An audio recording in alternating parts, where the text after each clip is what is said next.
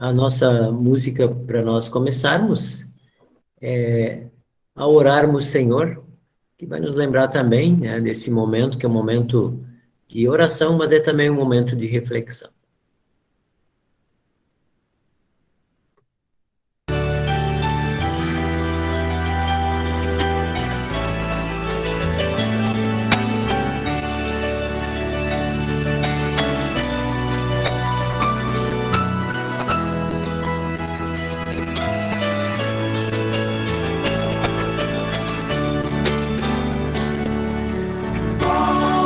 Orarmos, Senhor, vem encher-nos com teu amor, para o mundo agitado esquecer, cada dia tua vida viver. Nossa vida vem, pois, transformar, refrigério pra alma nos dar. E agora, com outros irmãos, nos unimos aqui em oração.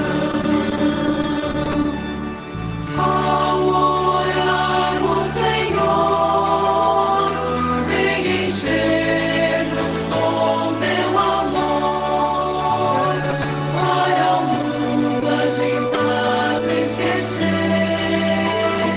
cada dia tua vida viver. Nossa vida depois transformar, refrigério pra alma nos dar.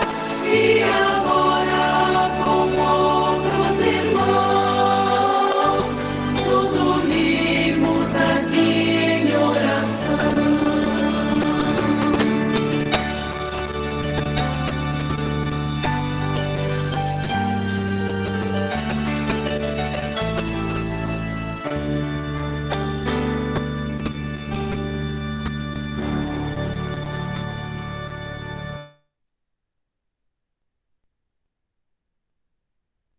Bom, então hoje nós temos o nosso último dos temas, né? O último fruto, no estudo que nós estamos fazendo aqui sobre os frutos do Espírito. E o fruto do Espírito que nós estudamos hoje, que é o último, é domínio próprio.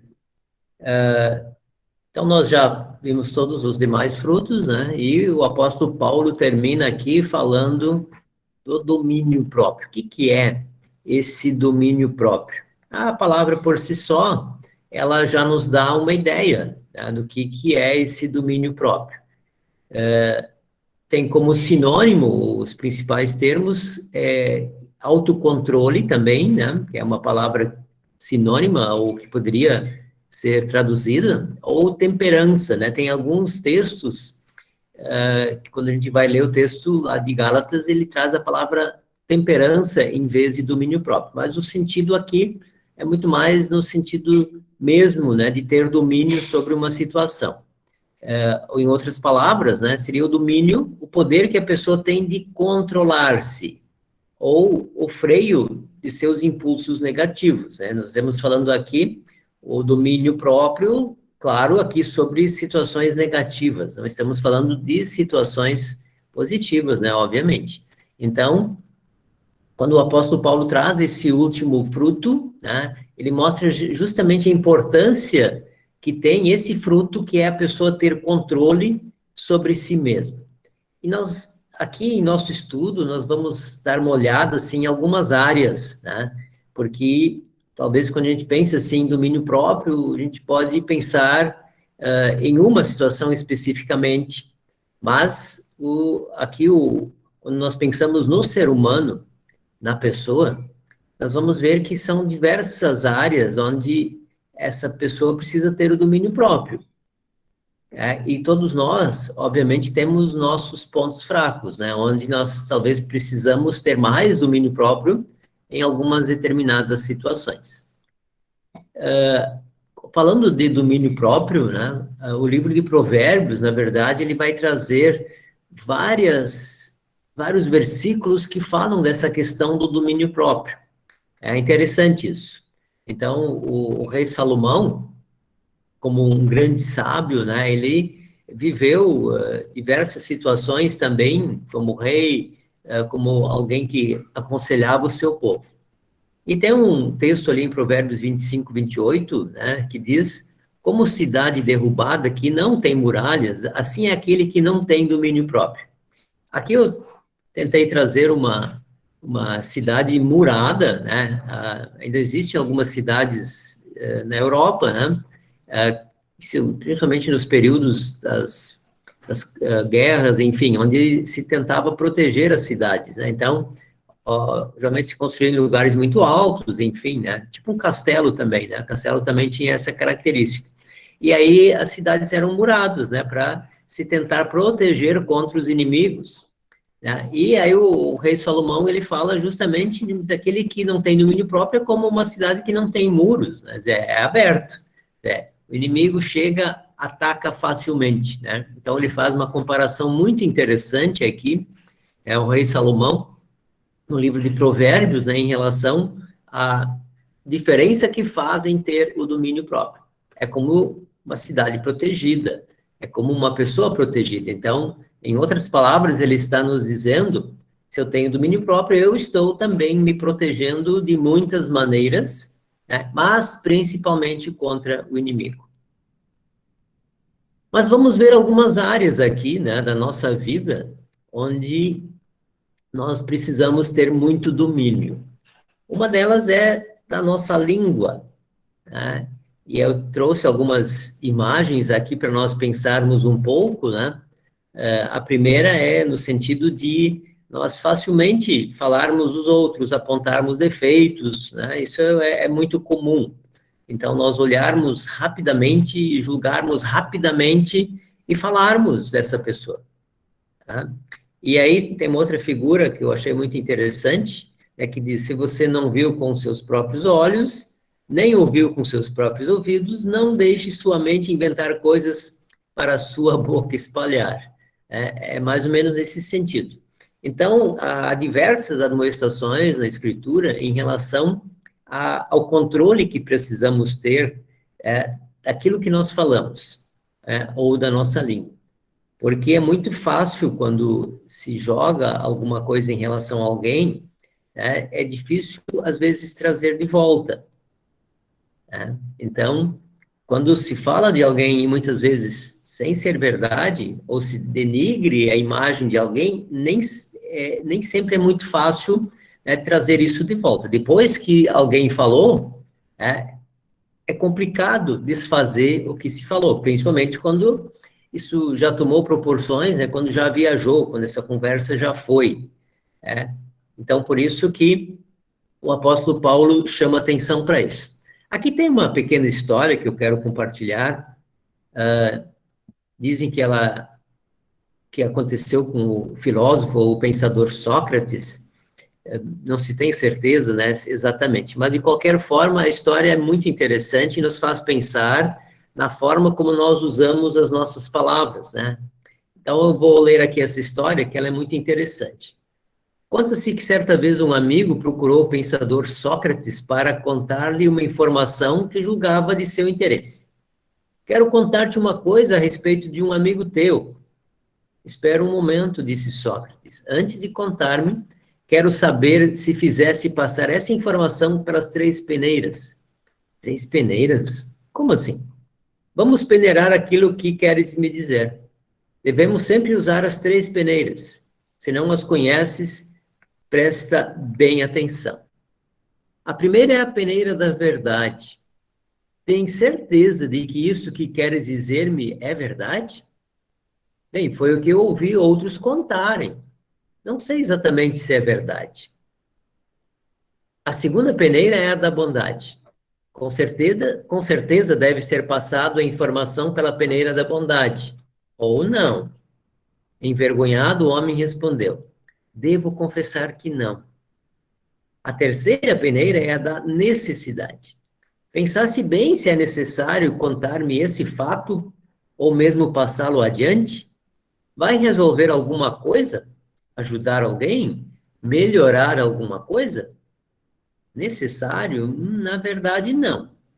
Então disse-lhe o sábio: se o que queres contar-me não é verdadeiro, nem bom, nem necessário, então é melhor que o guardes apenas para ti.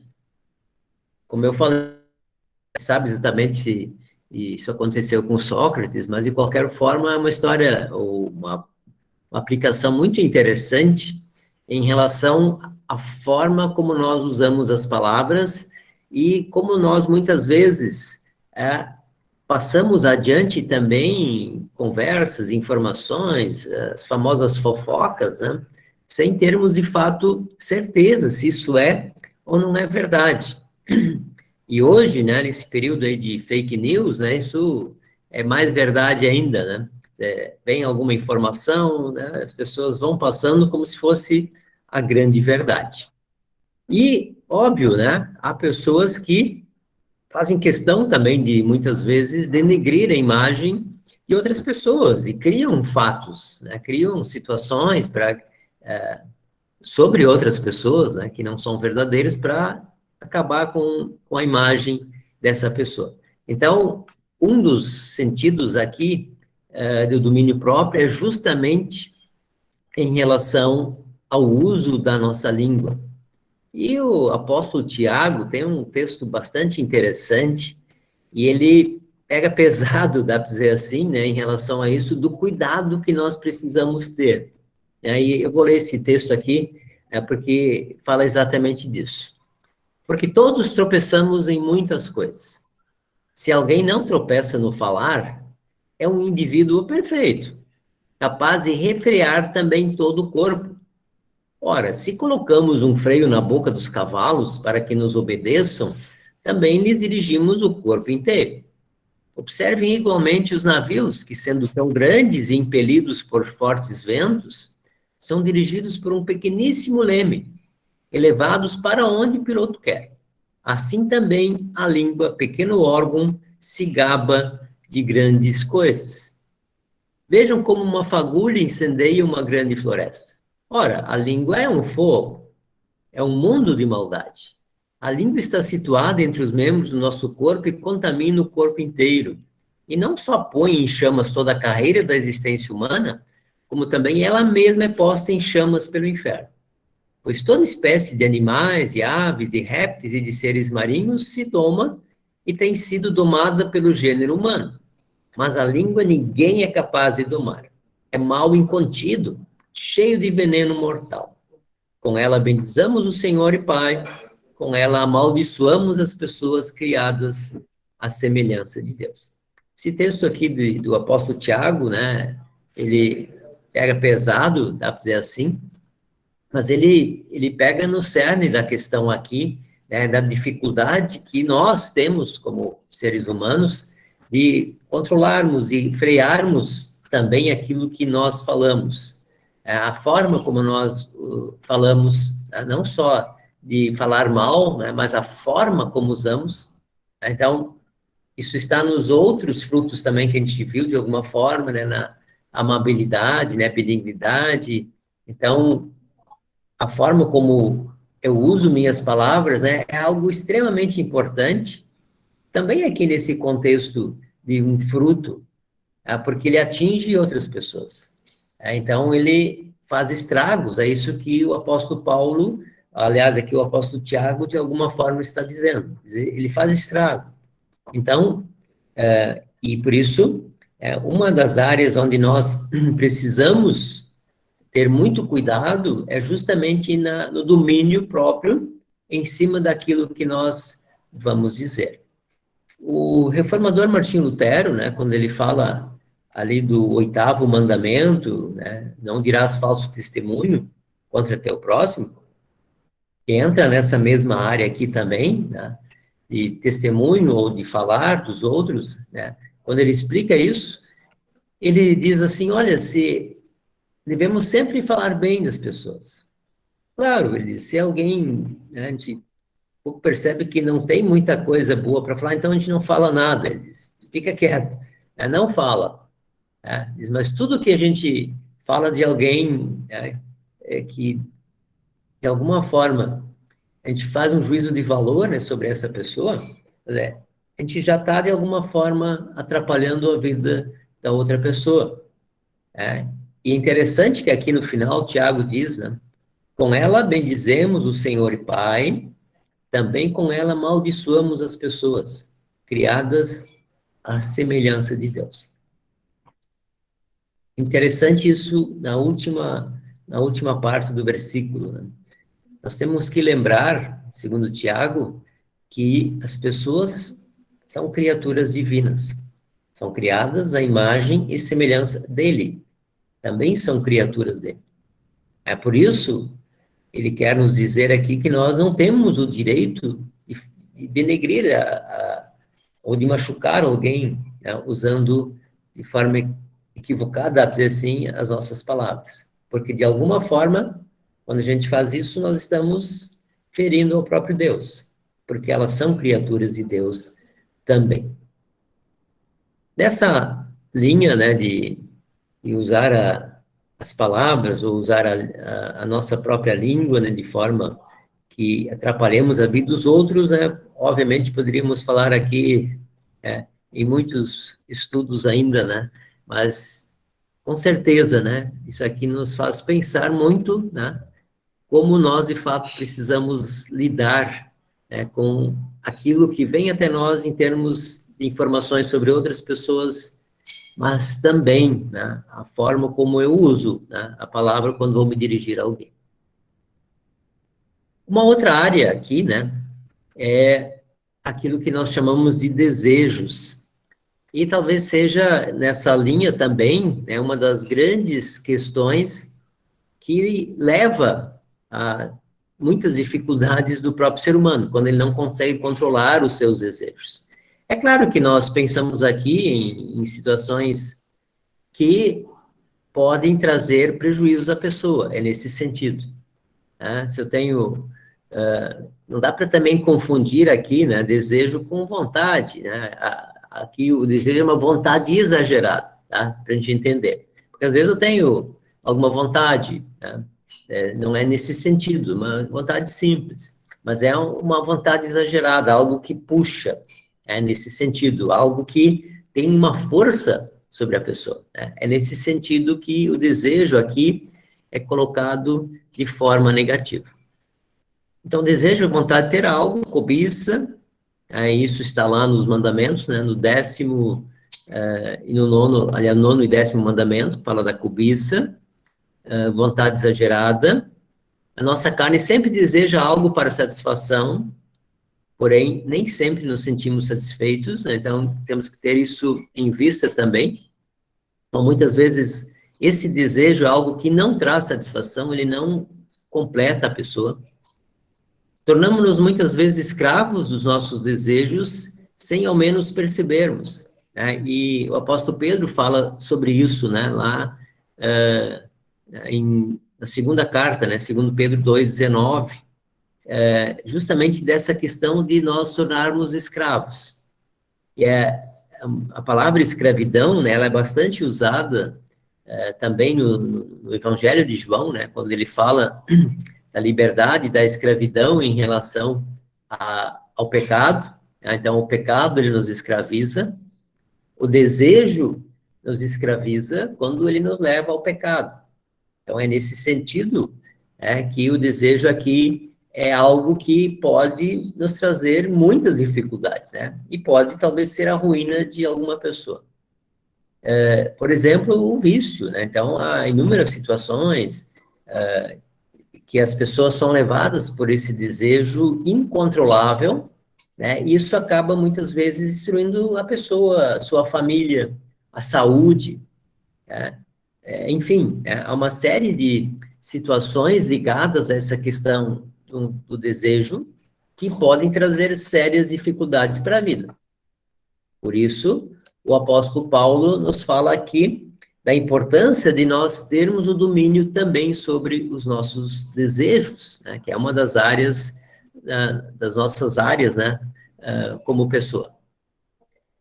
Ainda nessa linha, né, tem um texto bastante conhecido, uma passagem bíblica, né, lá de 2 Samuel, os capítulos 11 e 12, que conta a história do Davi, que sente um desejo muito grande em relação à mulher de Urias. E o Davi, né, era o rei, e Urias era um dos comandantes, né, do exército. E o que que ele faz? Ele manda Urias para frente da batalha. Por que manda Urias para frente da batalha? Porque quem vai à frente da batalha, ele geralmente é o primeiro a ser morto, né? Porque ele fica na linha de tiro, né? Dá para dizer assim.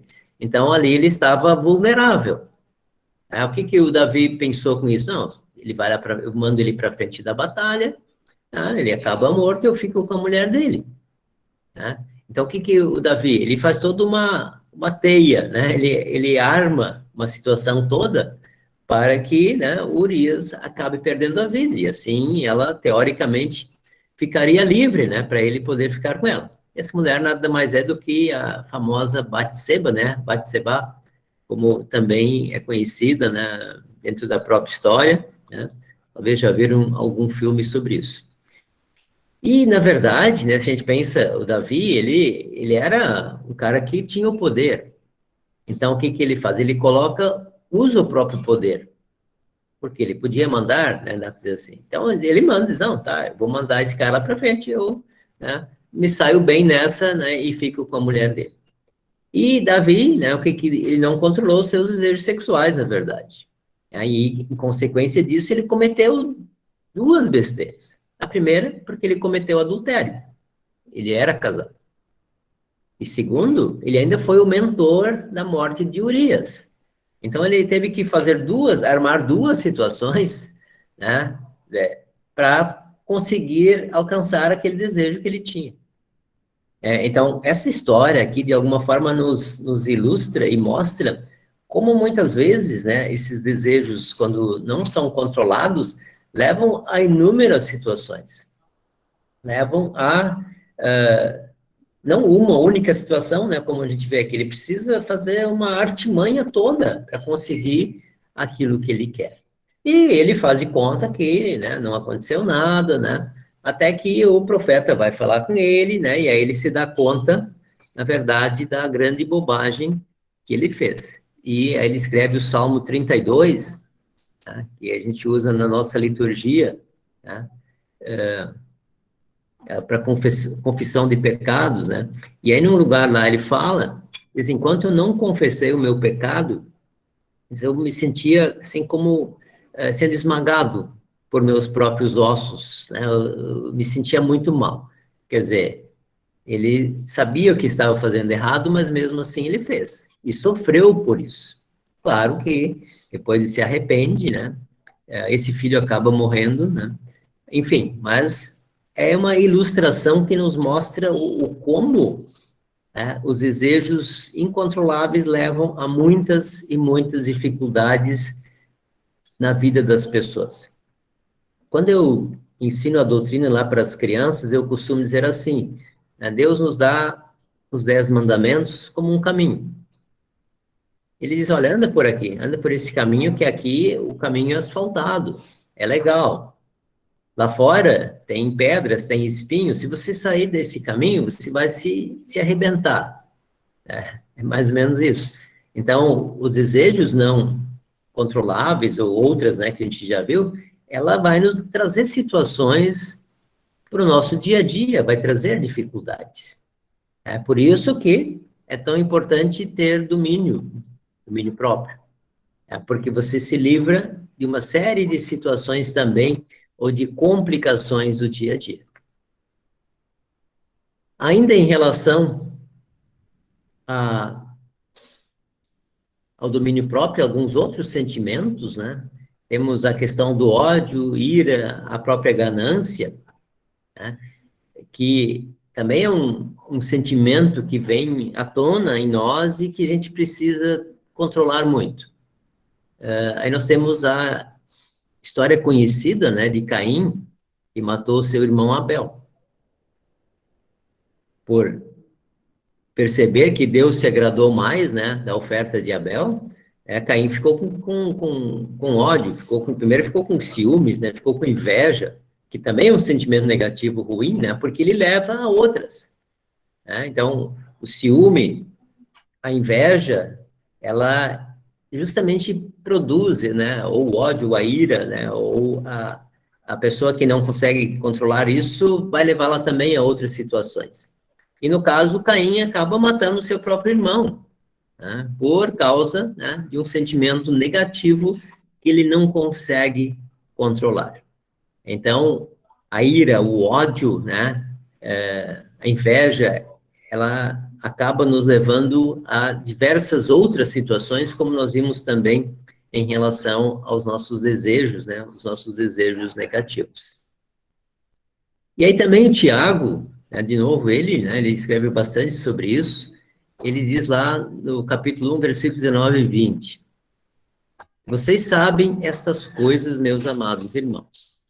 Cada um esteja pronto para ouvir, mas seja tardio para falar e tardio para ficar irado, porque a ira humana não produz a justiça de Deus. A ira, ela nos impede de pensar, né? Quando a gente fica com raiva, né? Fica bravo, vamos dizer assim, a gente não consegue raciocinar. Então, por isso que o apóstolo Paulo fala aqui, a gente precisa ter domínio sobre isso. Talvez respirar, contar até 10, até 20, até 30, né? Antes de a gente tomar uma atitude, quando a gente está com ira, com raiva em relação a alguma coisa. Porque depois que se toma uma decisão baseada no ódio, na raiva, ela pode tomar proporções que a gente às vezes não sabe, né? Onde isso tudo vai parar. E no final ele complementa, né? Porque a ira humana não produz a justiça de Deus. Então, quando o Tiago escreve isso, quando o apóstolo Paulo nos chama atenção para termos domínio próprio, é porque isso de fato não produz a justiça de Deus. Ainda em relação a sentimentos negativos, mais uma vez aqui, Provérbios, como eu comentei lá no início, vai trazer algumas situações interessantes. Provérbios 19, 11 diz: O bom senso leva a pessoa a controlar a sua ira. A sua glória é perdoar as ofensas. Olha como ele joga aqui com as palavras, né? Ele diz, na verdade, a pessoa vai ter glória se ela perdoar as ofensas. Claro que aqui o rei Salomão, né? Ele fala em glória, porque ele, como um rei, como alguém que teve muita glória, ele consegue falar bem disso, né? Por experiência própria. E aí ele diz assim, aquele que consegue controlar a sua ira, que se domina, ou consegue perdoar as ofensas, isso é a sua glória. É como vencer uma guerra, né? É quase isso que ele está dizendo aqui. É como vencer uma guerra, ou vencer uma batalha.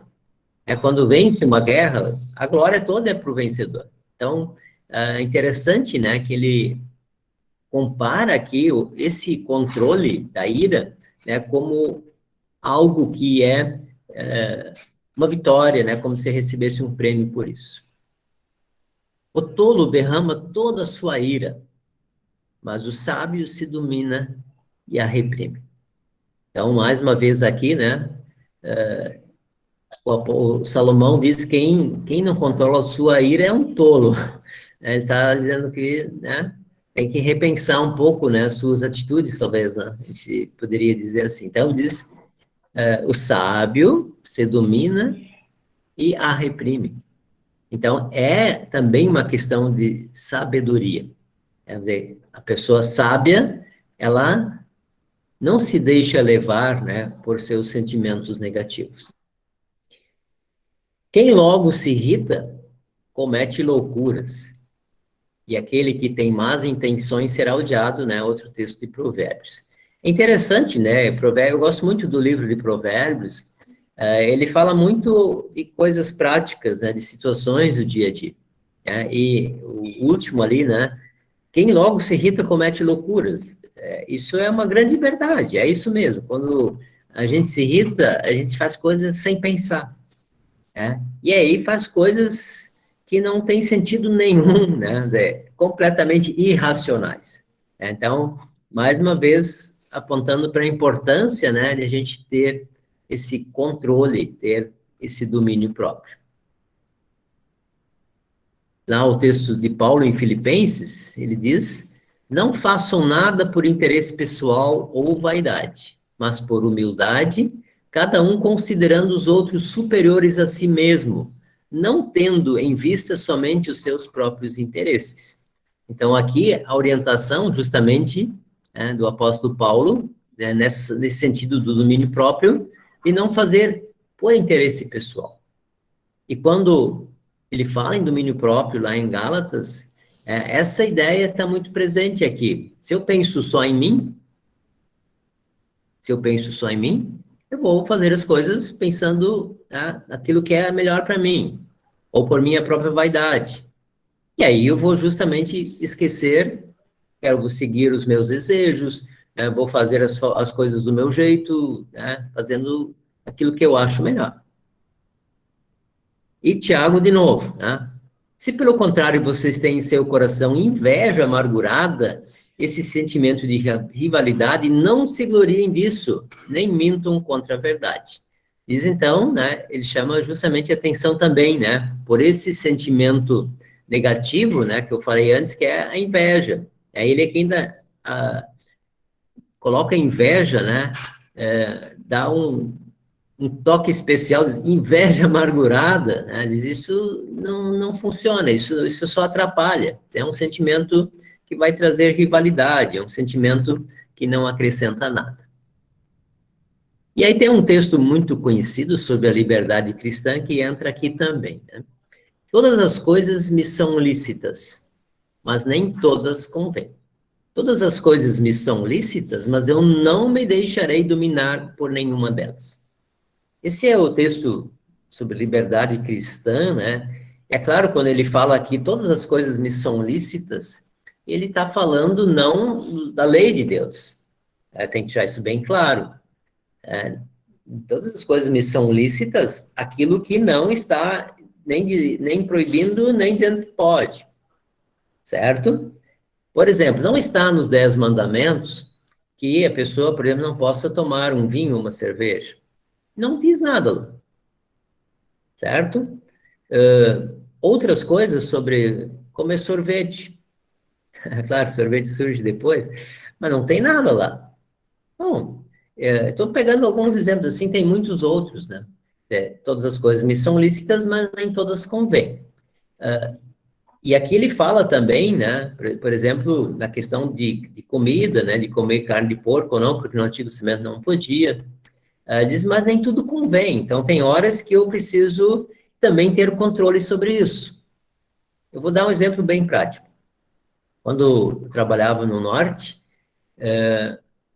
as pessoas lá, tem muito mais evangélicos, eles têm muito mais dificuldade em relação, por exemplo, alguém tomar uma bebida alcoólica num encontro de igreja. Muito mais. Então, muitas vezes não era conveniente, né, você num encontro de igreja lá ter bebida alcoólica, porque isso deixava as pessoas muito escandalizadas, porque elas achavam que não podia. E aí, em muitos ambientes também, né, inclusive luteranos, as pessoas acabavam, né, também não consumindo para não criar nenhum tipo de problema, de dificuldade nesse sentido. Então, é mais ou menos nessa linha, né? Todas as coisas me são lícitas, mas nem todas convêm. Aquilo que não está proibido, eu preciso sempre avaliar se convém ou não convém. Por quê? Ele diz, mas eu não me deixarei dominar por nenhuma delas, né? Então, aquilo que não está, não está dizendo lá que é proibido, eu posso fazer, mas eu preciso ter cuidado, eu preciso avaliar se aquilo é bom ou se é ruim, até onde eu posso ir com isso, que isso não me causa um problema. Porque no momento que algo me domina, eu me torno escravo disso. É mais ou menos isso que Paulo está dizendo aqui. Então, se eu sou dominado por alguma coisa, eu não sou mais livre. É isso que ele está dizendo. Essa é a liberdade cristã. Então, liberdade cristã, eu posso fazer, mas eu não posso deixar que isso me domine e que atrapalhe a minha vida. né? Resumindo, é mais ou menos isso, né, que Paulo fala sobre a liberdade cristã. Então, nós chegamos assim, né, ao final dos nossos frutos do Espírito, né? Então, aqui temos todos eles, né, nessa imagem, né? Nós já vimos, então, aí, ao longo dos nossos estudos, esses frutos todos. E não podemos esquecer que eles são frutos do Espírito. Esse Espírito, né, que Deus nos dá, é uma ação dele. E quanto mais nós vivemos nesse espírito, mais nós vamos conseguir também viver esses frutos, né, que o apóstolo Paulo fala aqueles. Contra essas coisas não há lei. Então, se eu pratico esses frutos, contra isso não há lei. Deus não vai me castigar por isso, né? A gente poderia dizer, ao contrário. É justamente isso que agrada a Deus. E os que são de Cristo Jesus crucificaram a carne com as suas paixões e os seus desejos. Então, também nós somos justamente convidados a buscar esse espírito para que a gente consiga crucificar a carne, né? Então, de alguma forma, aqui o crucificar a carne é justamente a gente fazer esse esforço, dá para dizer assim, para nós também vivermos no espírito, né? Temos que, para isso, buscar o espírito. Eu só vou conseguir praticar isso quanto mais eu busco em Deus a força para viver isso, né? Então, é isso que Paulo está dizendo aqui. E ele termina dizendo, né, se vivemos no Espírito, andemos também no Espírito. Então, as coisas estão juntas, né? Vivemos no Espírito e, ao mesmo tempo, nós também andamos no Espírito. Então, assim, nós concluímos essa parte sobre os frutos do Espírito, né? Que Deus nos abençoe, né? Para que, de fato, em nossa vida nós consigamos viver esses frutos, né? Dentro daquilo que o apóstolo Paulo nos orienta. Que assim seja. Amém.